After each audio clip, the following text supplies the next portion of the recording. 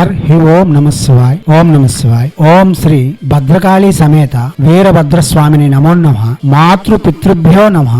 ఆచార్య అతిథిభ్యో నమః. శ్రీమాత లలితా త్రిపుర సుందరయే నమో నమః. శివశక్తి స్వరూపులారా, మనం చాలా మంత్రయోగాలు తంత్రయోగాలు చెప్పుకుంటూ వస్తున్నాం. దానిలో భాగంగా ఇప్పుడు నిద్ర గురించి ఒక మంత్రం చెప్పుకుందాం. మనకు అనగా ఉపాసకులకు పడుకుంటే చాలు నిద్ర పట్టేస్తుంది. ఎక్కడ పడుకున్నా సరే నిద్ర పడుతుంది. నేను బస్సు మీద జర్నీ చేసినా, ట్రైన్ లో జర్నీ చేసినా, కర్ర మీద కూర్చున్నా సరే నిద్ర వచ్చేస్తుంది. ఎందుకంటే మన మనస్సు అంతా నిర్మలంగా ఉంటుంది. మనసు నిర్మలంగా ఉండే వారికి నిద్ర తనంతట తానుగానే వస్తుంది. నిద్ర ఆక్రమించడం దుర్మార్గము, మరియు నిద్ర పట్టకపోవడం ఆరోగ్యహీనము. కాబట్టి నిద్ర పట్టాలి. ప్రతి వారికి నిద్ర పట్టాలి. దానికోసం మన ప్రయత్నం మనం చేయాలి. నిద్ర ఎవరికైతే తక్షణమే పడుతుందో వారు ఆరోగ్యవంతులు అని ఒక సూచకం. దివ్యాత్మ స్వరూపులారా, నిద్ర అనేది అతి అమూల్యమైనది. పరమాత్ముడు ప్రత్యక్షంగా ప్రతి ప్రాణికి ప్రసాదించే మహావరం. అవస్థలు 4గా ఉన్నాయి: జాగ్రత్త, స్వప్న, సుషుప్తి, తురీయ అవస్థలు అని చెప్పుకుంటూ వస్తుంది శాస్త్రం. తురీయము అన్నది సమాధి స్థితి. అటువంటి స్థితి మరల ఉండేది నిద్రలోనే. అంధకారంలో నిన్ను నువ్వు మరిచిపోవడం నిద్ర అయితే, జ్ఞానంతో నిన్ను నువ్వు నీ జ్ఞప్తిని విడిచిపెట్టడం సమాధి స్థితి అంటారు. అటువంటిది నిద్ర. నిద్ర ఎటువంటి భయముల నుండి అయినా సరే బయటపెడుతుంది. నిన్ను సకల సుఖములను అందిస్తుంది. ఎందుకంటే నిద్ర కంటే సుఖము ఈ ప్రపంచంలో లేదు. నిద్ర కంటే ఓర్పు, ఓదార్పు ఈ ప్రపంచంలో ఏదీ లేదు. కాబట్టి ప్రతి మనిషికి నిద్ర అన్నది చాలా ముఖ్యమైనది. ప్రతి మనిషి కనీసం 6 గంటలైనా సరే నిద్ర చేయకపోతే అతను పిచ్చివాడుగా మారడం, తనలో తాను మాట్లాడుకోవడం, అమితంగా ఆలోచించడం ఇవన్నీ జరుగుతూ ఉంటాయి. కొంతమంది అమితంగా ఆలోచిస్తున్నారు అంటే అర్థం అవసరం లేని ఆలోచన తన యొక్క తల అనగా తన యొక్క బుర్ర అందిస్తూ వస్తుంది. ఎందుకు? అది వేడిగా ఉంది, ఏదో ఒకటి ఆలోచించాలి. అక్కడ విషయం ఉండదు. అప్పుడు ఏం చేస్తుంది? అవసరం లేని విచారాలన్నీ చేస్తూ ఉంటుంది. అదే సరైన నిద్ర మన మస్తిష్కానికి అందించగలిగితే అది సరైన ఆలోచనలు మాత్రమే అందిస్తుంది. అవసరం లేని ఆలోచనలు ఎప్పుడు వస్తాయి? నీకు నీ తలకు అనగా నీ ఆలోచన విధానమునకు సరైన పని దొరకనప్పుడు అవసరం లేని విషయాలన్నీ సేకరించి మరి విచారణ చేస్తూ ఉంటుంది. అది చివరికి పిచ్చివాడుగా మార్చే అవకాశాలు కూడా ఉన్నాయి. కాబట్టి నిద్ర అన్నది ఎటువంటి దుఃఖమునైనా మరిపిస్తుంది, మనిషిని ఓదార్పు కల్పిస్తుంది. నిద్ర ఆరోగ్యానికి మూలము కాగా అన్నిటికంటే మన యొక్క మస్తిష్కము శాంతింపజేసేందుకు నిద్ర ఒక్కటే మార్గం. కాబట్టి నిద్ర అన్నది ప్రతి వారు చేయాలి. నిద్ర రాకపోవడానికి చాలా కారణాలు ఉంటాయి. మనం భరించరాని సంఘటన ఏమి జరిగినా, మన వారి యొక్క మరణం కావచ్చు, ఎడబాటు కావచ్చు, లేక ఇష్టమైన వస్తువులు ఎడబాటు కావచ్చు, అనుకున్నది సిద్ధింపలేదనే దుఃఖము కావచ్చు, ఇలా చాలా విషయాలు నిద్రకు కారణమై ఉంటాయి. నిద్ర రాకుండా ఉండేందుకు కారణమై ఉంటాయి. అదే ప్రకారంగా సరైన భోజనం చేయకపోవడం, ఆకలితో ఉండడం కూడా నిద్ర రాకుండా ఉండేందుకు కారణం. కాబట్టి ఆరోగ్యంగా ఉండాలి అంటే ఆహారమును ఎంచకుండా ఇది ఉంటేనే తింటాను, అది లేకపోతే తినను అని అనుకుంటా ముందు కడుపు నిండా తినాలి. నీళ్లు ఎక్కువగా తాగాలి.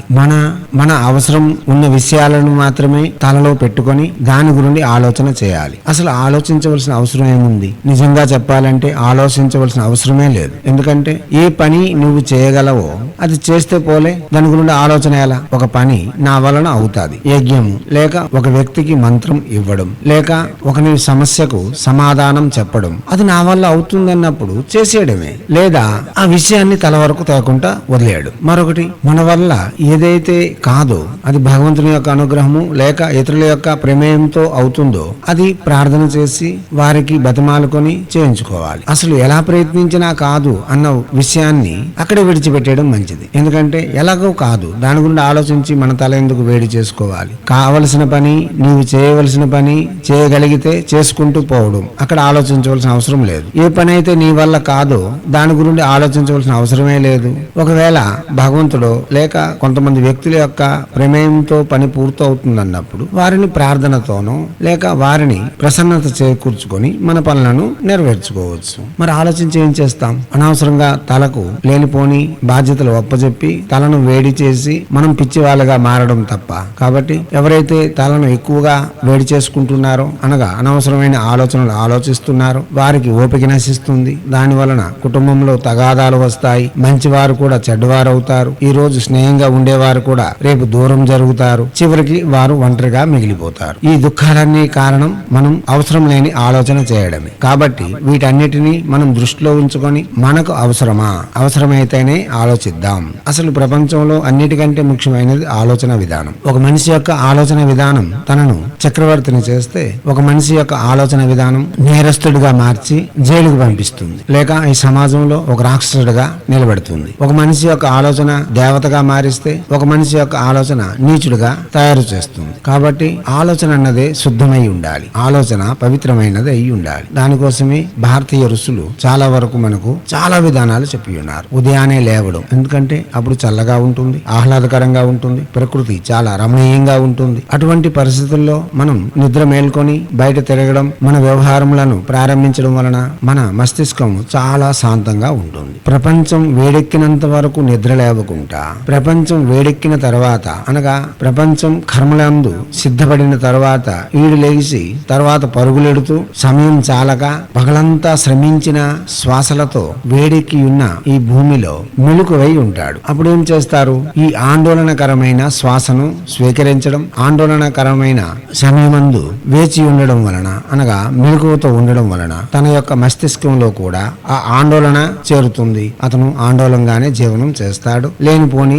భ్రమలకు గురి అవుతాడు. అందుకోసమే ఋషులు ఎప్పుడు కూడా ఉదయం 4:30కి లేస్తారు, శాంతమైన సమయాల్లోనే పూజలు చేసుకుంటారు. ఏ ఆలోచన చేసినా ప్రకృతి శాంతంగా ఉండేటప్పుడే పూర్తి చేసుకుంటారు. దీనిని మనం గమనిస్తూ ముందుకు సాగితే మన మస్తిష్కం ఎప్పుడు కూడా శాంతంగానే ఉంటుంది. ప్రతి చిన్న విషయాన్ని భూతద్దంతో చూసి పెద్దదిగా అనుకోకుండా, ప్రతి దగ్గర మా మాటే చెల్లాలి, మేము ప్రతిభావంతులం అని ప్రజ్ఞ చూపించకుండా, అక్కడక్కడ తల ఉంచుకుంటూ అక్కడక్కడ తన ప్రభావాన్ని చూపిస్తూ ముందుకు సాగితే అటువంటి వ్యక్తులే ఈ ప్రపంచంలో ధీరులుగాను వీరులుగాను మన్ననలను పొంది ఉన్నారు. దివ్యాత్మ స్వరూపులారా, ఉదాహరణలు చెప్పాలంటే చాలా వరకు చెప్పుకోవచ్చు, కానీ ఇప్పటికే ప్రసంగం చాలా పెద్దదిగా మారుతుంది కాబట్టి మంత్రం చెప్తున్నాను. ఎవరికైతే నిద్ర పట్టడం లేదో, నిద్ర రావడం లేదో వారు సంఖ్యలను అనగా 1 నుండి 100 వరకు 1, 2, 3, 4, 5, 6, 7, 8, 9 ఇలా 100 వరకు లెక్కించుకున్నా నిద్ర వస్తుంది. లేదా ఏదైనా ఒక పాఠ్య పుస్తకమును తీసుకొని చదువుతూ ఉంటే తక్షణమే నిద్ర వస్తుంది. లేదు